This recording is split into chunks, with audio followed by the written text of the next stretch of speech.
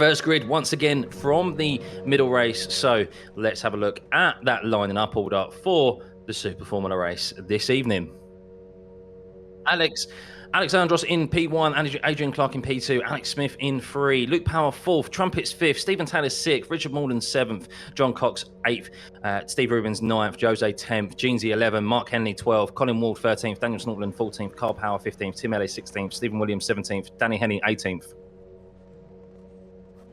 Daniel Cook 19th, Alexander Dorisberger 20th, Barry Kemp in 21st, Christopher Holsworth in 22nd, Daniel Cataldi in 23rd, James Gill 24th, Mike Stoner 25th, Spanners 26th, Sean Bennett 27th.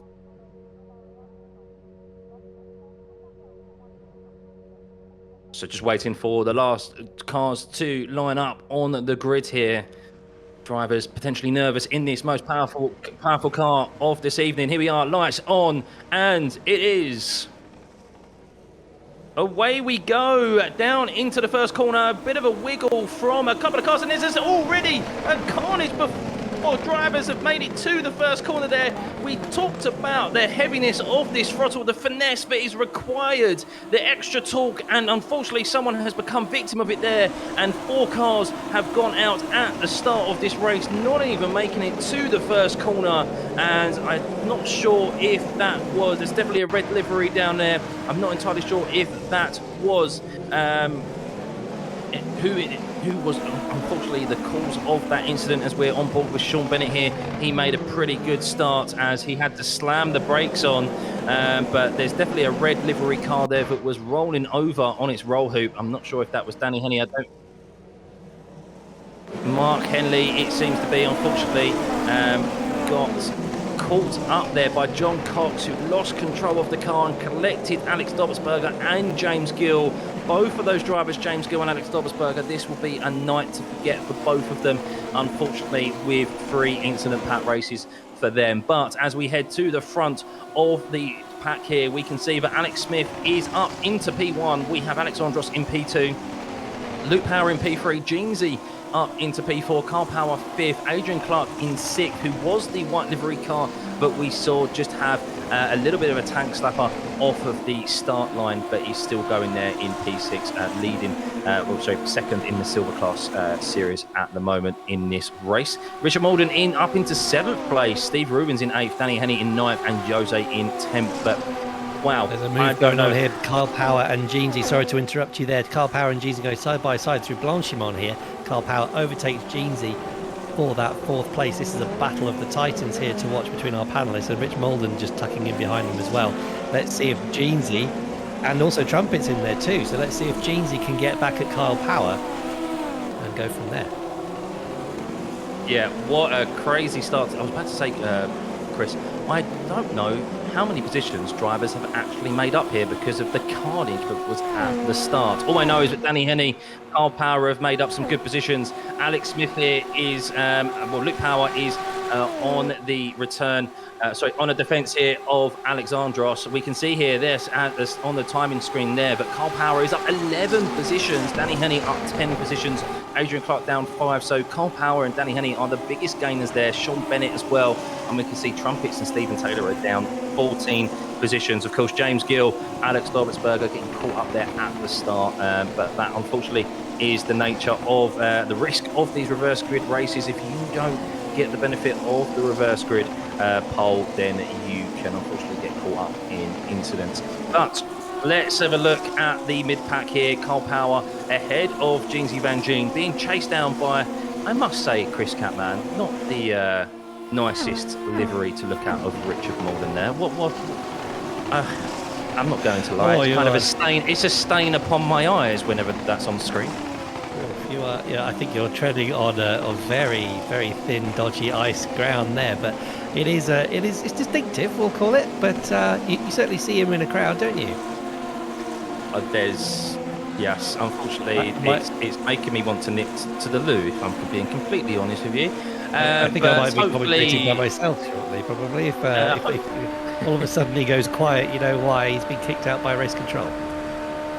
Well, as long as Rich is in this race, we don't have anything to worry about that, as he's currently running in P6 with Danny Henny close behind. But we're on board here with Tim Ellis, looking to recuperate those positions that he lost at the start of this race, and he is up into 13th. Now, there's an incident behind. It seems to be Steve Rubens there, who had to give the position to Tim Ellis, was just a little bit slower, and the car behind, I'm not entirely sure who that was, just carried a lot more speed. I think that's Daniel Cook, who's obviously taken the more optimal line, carried more speed, and unintentionally has spun Stephen Rubens round there. So that's a real unfortunate for him as we head to the front of the pack here. And yes, Luke Power on the attack, only 2 tenths behind Alex Smith now. We can see Jose on the attack of Adrian Clark, who is using his push to pass to defend, but thinks better of it. And with that inside line, Jose gives the position to Adrian. But it's all getting a little bit tighter here now, Chris. And it's all bunching up. Pink drivers now tyres up to temperature. The push to pass is now going to become important, especially up front between Alex Smith and Luke Power, with only a half a second separating them. Absolutely, it's going to become very, very close. And we're now looking at Daniel Cook being chased down by Spanners. Cook gets a little bit wide on the exit. Is Spanners going to throw it down the inside into Pouan here? He is. Are they going to go side by side? They are. And they somehow managed to go through together. This is fantastic racing, giving each other a lot of room there. Spanners on the outside. He's going to throw it up the outside again, but there's no way through there. That's always going to close. So he's going to have to back out of it and hope he hasn't lost too much ground to be able to then get the slipstream for the next corners. He seems to have done that well, kicking up a tiny bit of dust as he flicks over the gravel there. And Spanners, yeah, following Daniel Cook, going about half a second behind, so he should be able to draw himself back up into the final chicane.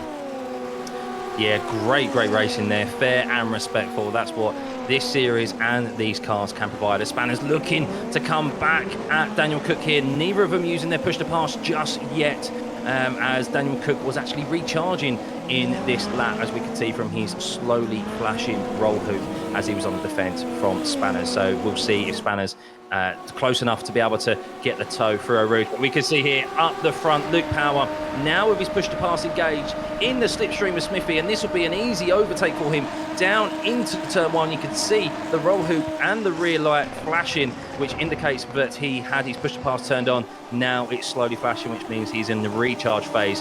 And well, also it looks like Smithy is also in the recharge phase as well. But we still have 6 laps remaining, 200 seconds of that push to pass to use.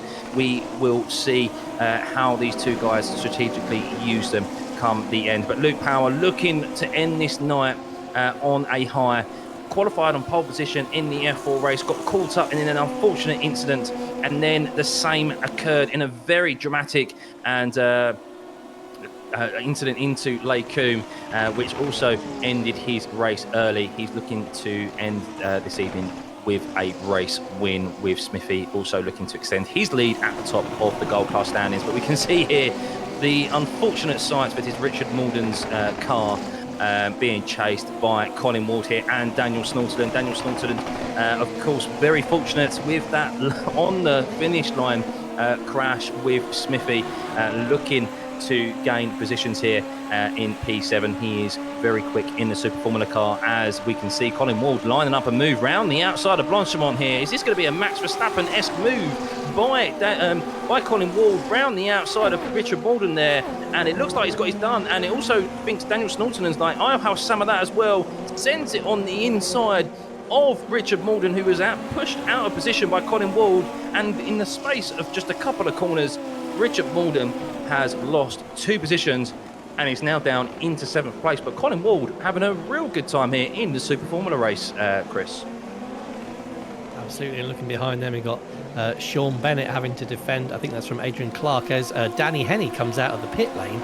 So he's having an absolute crazy race there. He must have sustained some damage. If we go back to the front of the field with Kyle Power making the move for 3rd place, he looks up the inside of Alessandro Marifacani. He doesn't get it done this time around, but he is wanting to close that gap down to the leaders, particularly to his nephew, to see if he can ruin his day and have a Kyle Power resurgence here. But Power, you can see he's just taking a slightly tighter line, trying to energize that front wing, trying to see if he can tuck out the slipstream, and that was Marafkani making a little mistake there, hitting that curb a little bit too hard. Power looks down the inside, but that would be a brave move going down the inside there. Lives to fight another day. And as you were saying earlier on in the build-up, there are lots of overtaking spots on this circuit, but the safest ones, if you're looking for a championship, will be into the final chicane. Yes, most definitely. Carl Power looking to gain some ground on Danny Henney, who we saw come out of the pit lane there, who has unfortunately picked up some damage. Not sure where that has occurred, so he will not be ending this evening on a high, but I think he's gained enough points already for it to be a good evening for him. As Carl Power looking for a move on Alexandros here, he's bided his time. He was patient through the middle sector, and he's still quite patient here. Didn't quite commit to the inside, and he's lining up the move round the outside, and he's just trying to maneuver Alexandros out of position.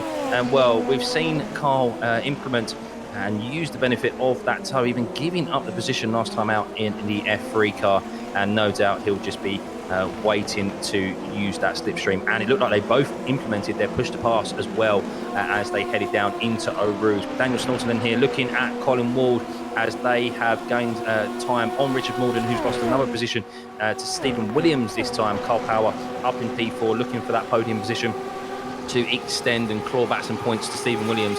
As I've mentioned previously, both started on this evening on identical points, but could Carl still end up out ahead of Stephen Williams with a good few positions finishing ahead of him this race? And interestingly there, Carl Power still not able to get past Alexandros Catman into Lake Coombe. He's Alexandros making Carl really work for this, and the longer this goes on, the more likely it could be that something unsavoury happens and allows Daniel Snortelen to close up the gap, who's now got past Colin Ward.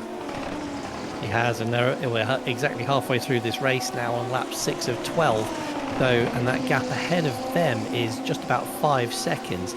So that gap is increasing as we go along. So Kyle really does have to get this done this lap around if he wants any chance of being able to close that gap up ahead, and it would be a tall order in such a short amount of time. So he's really looking to fight for that final place on the podium here. So is he going to try and get that done quickly into this bus stop chicane? Here we come. So around Blanchimont, he's tucking right up behind. Let's see if Alexandros goes defensive. He does not. Kyle Power throws it down the inside. Again, not able to commit under the brakes there. So he doesn't get it done this time around either. Trying to switch back, but I don't think it's going to be enough. Kyle gets very, very squirrely on the exit there, really trying to apply the throttle. And somehow he's managed to draw alongside, even with that squirrely move. So he's put Marafkani out of position there. So this time around, he's much, much closer. Is he too close to be able to go full throttle through Eau Rouge? That is the question. I think he is, and I think he might have to have a slight lift here. As you can see, he's not quite staying within the toe, but you can see there with both of them now having pushed the pass turned on with that rear flashing light. Alexandros using it to defend, but Carl Power much closer this time around. They're side by side as they head into Lake Coombe, but Carl's on the inside. Is Alexandros going to be able to hold it around the outside? And no, Alexandros has had to take avoiding action to the grass as he couldn't keep the front end and stick it round the outside, and Carl Power finally gets the move done. Alexandros still ongoing in this race, a valiant attempt at defence for him. He, of course, really needs to kind of think of the bigger picture. He is the silver class leader in this race with Sean Bennett down in P11, the nearest of those. So a good haul of points on offer for Alexandros, but will launch him up the standings in the silver class table. P5 he was starting this evening. So Rich Morden here now down in P9. He has lost a couple of positions to drivers ahead. It's very close here in the pack. It seems that Tim Ellis got past not only Rich but also Stephen Williams as well. So I'm not sure if Stephen Williams, who is no slouch in this car, maybe made either went side by side and lost out quite considerable ground to Tim, or he made a slight mistake, which is very easy to do in these cars, Chris. As we mentioned there, we've seen, especially at the start, instantly how difficult these cars are to drive. As Jose is now eyeing up Rich here, has he got enough down? Oh, as Rich is quite wide into Blanchimont, maybe took his eye off the ball a little bit and was focused more on his rear view mirror than the actual apex, as Rich goes defensive and is Jose with the better line going to be able to get on power on this exit and make the benefit? And he's not, unfortunately. It seems that Rich Malden is still benefiting from the toe of Stephen Williams ahead, but how long will that last? Of course, push to pass is essential here, but we have 4 laps remaining. Luke Power is edging out that gap slightly on Alex Smith, 1.3 seconds ahead now. We'll see. Obviously, it'll be a good result for Luke Power and a good result for Alex Smith as well, who'll be looking to extend his lead at the top of the gold class. No kind of real reason, as much as they want the win. I suppose they're looking at the bigger picture. As a slight little lock up there from Luke Power down into Ravage as he heads through No Name. These drivers still pushing the limits on the very edge there, probably picking up a few off tracks for their troubles. But Carl Power 7 seconds behind, so and pulling away from Alexandros as well, 1.6 seconds as Stephen Williams now looking to get on the back of Tim Ellis, who stepped the rear of the car out there from No Name, as Jose's going for a look of Rich Malden, who really struggled through No Name as well, but it was probably a little bit too close for him. Just being patient here, not making an attempt through Puom as they head through the middle sector here, and you can see it's all about just keeping it nice and tight and utilising the power and the grit of that racing line. But this is planning out to be, I still think there's going to be lots of position changes, Chris, come the end of this race with 4 laps remaining. It's certainly looking a little bit tighter in this midfield, with Ellis and Williams being the one to watch at this point, because these two, as I say, they're very good racecraft here, and Williams seems to be lining up Ellis in the next lap or so for a move. He's just closed that gap down a little bit in that beautifully liveried McLaren car, and I must say it's very reminiscent of the Kimi Raikkonen era. Oh, and that's in the background there. I think we see this. That's Jose Koig. Yes, and he's rolled back across the grid, and actually very lucky not to collect anybody there. He was just needed to hold the brakes a little bit before he went into the path of the car. So he just dropped it on the curb on the throttle, but then crucially, looks like he actually reversed across the circuit, and he was very lucky not to collect that black and green car coming through. No harm, no foul, I suppose. As we come back towards, if we look back at Tim Ellis again, we've got Colin Ward defending slightly ahead of him.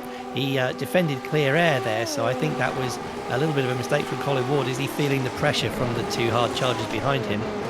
And we're coming back to Jose Koig here now, trying to make up for his mistake. Not going to make it through this time. Yeah, unfortunate there for Jose, and really fortunate that with that moving back across the racing line. Obviously, as it is frustrating to lose it under your own steam out of that chicane, but it could have ended up being so much worse. I think it was Sean Bennett who had to take avoiding action and was aware of Jose moving there. So yeah, Jose dropping down into 14th position and just losing a couple more to Daniel Cook as well, so he'll be looking to regain. But Daniel Snorterland, we're on board now in P5, looking to overtake Alexandros, who has lost ground to Carl Power since that overtake. How much push to pass does Alexandros have here? As there is a considerable gain here that Snorterland has got through Blanchimont as they head into the bus stop, and you can see there that, well, Alexandros does very well to maintain his line and control that car through the bus stop chicane. But it's Snorterland, we've seen him go for a move into T1 a couple of times, or is he going to be patient and just focus on that slipstream? Full throttle it is, even in the Super Formula car, all the way from turn 1, as Jose's going for a move on Daniel Cook here, and we can see he's trying to do the cutback, force Daniel Cook out of position, and Jose might have is he going to go for a move down into turn 1? They are close enough to Spanners, who is just up ahead to get the benefit of the tow. No push to pass used on Daniel Cook's car at the moment, it seems, with 3 laps remaining. As you can see, but Jose getting out of the slipstream there, and he's gaining, and reaches Daniel Cook, almost makes contact at the top of Eau Rouge. He has push to pass turned on and easily gets the move done, but Tim Ellis has dispatched Colin Ward and moves up into P6 now. Tim Ellis making ground here in this last Super Formula race. A real good drive from him, ending this evening on a high, as Stephen Williams now has his sights set on Colin Ward in P7, as Stephen Williams looking to gain time here and not lose many points to Carl Power. We'll see what that does to the standings after this evening with those two, but still not a lot to separate them in this championship after 5 rounds as it currently stands. But Rich Malden in P9, he's going quite well at the moment on his own. Adrian Clark a few seconds back with Sean Bennett. There's a bit of field spread now at the top of the timing sheets. Luke Power 1.6 seconds ahead of Alex Smith now with 2 laps remaining. So this is at the moment a good end to this evening for Luke Power in a Super Formula car.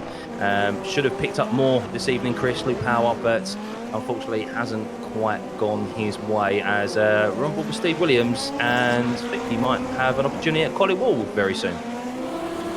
He does. He's got to make this move stick this time around if he doesn't want Ellis to get away. If he wants to have a stab at that 6th place, he has to dispatch Colin Ward this time around. Crucial that he gets a good exit out of La Source. He does seem to have done that, and he's a good distance behind Colin Ward there. Not yet tucking into the slipstream, wanting to engage all that downforce as he comes flying through Eau Rouge there, up over the top of the crest. Oh! And where are we looking now? Who is that? I think this is Trumpets. I'm not entirely sure which car that was, but that was there's definitely Trumpets there. And Barry Kemp lost it, as we saw Jose earlier on, and he moved away from the racing line. Otherwise, if he continued on that, I think the trajectory of Trumpets would have taken him straight into his path. But Chris, let me take this as we're back on board with Colin Wald on the defence from Stephen Williams. Yeah, so Stephen didn't manage to get it done that time around. He was trying to go around the outside. Neither had engaged their push-to-pass system, and he wasn't able to make it. You can just see the roll hoop there, so regen, so he used it at some point, but he wasn't using it at the end of the straight. So, through Le Fagnes, down into Campus is the next corner. Again, these corners so crucial for that top speed there. Williams takes a slightly tighter line, gives him a good exit, and now he's going to have to engage that slipstream, see if he can come back. This looks like a great battle back from the 90s with that Rothmans Williams livery versus the West McLaren Mercedes. And Williams, I don't think he's close enough this time around to have a go into the final chicane. So you can just see just out of the corner of your eye as Williams there coming through the bus stop, you can see Tim Ellis just flashing through your screen. So he is making a difference as we have a back marker who might get in the way here. We've got this bright green car ahead of us that is not racing for position. Luckily, thankfully, they move out of the way. That's very kind of them to do so.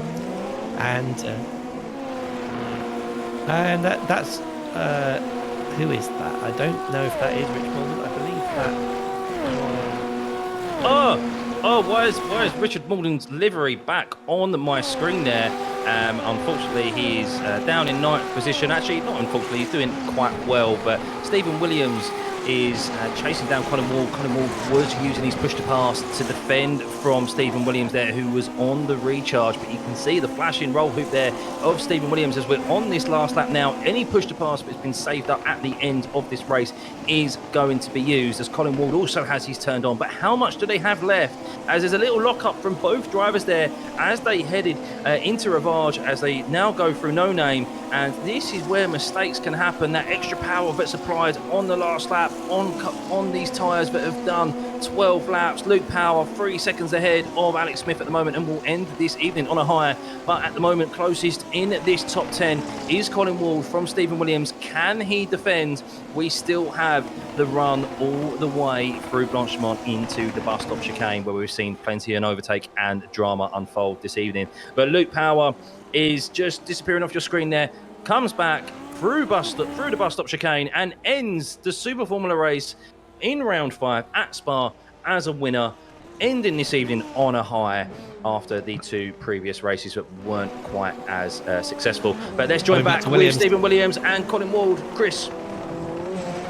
Absolutely. So Williams goes on the outside, and they both miss their braking point. Both of them miss it, and let's see if they can both get the power down. Ward does manage to keep the position.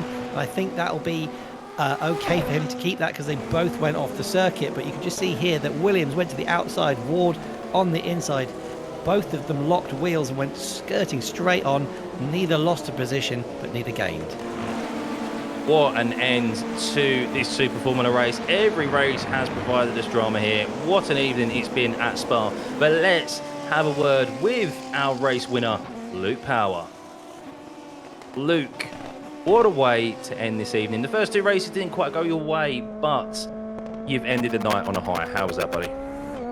Yeah, it was quite a tricky race actually, because Smithy really pushed me to the end. He kept within about a second and a half for most of the race, so I really couldn't make many mistakes. But yeah, it's finally nice to get my first win of the season, which is a nice feeling after them two pretty rubbish races.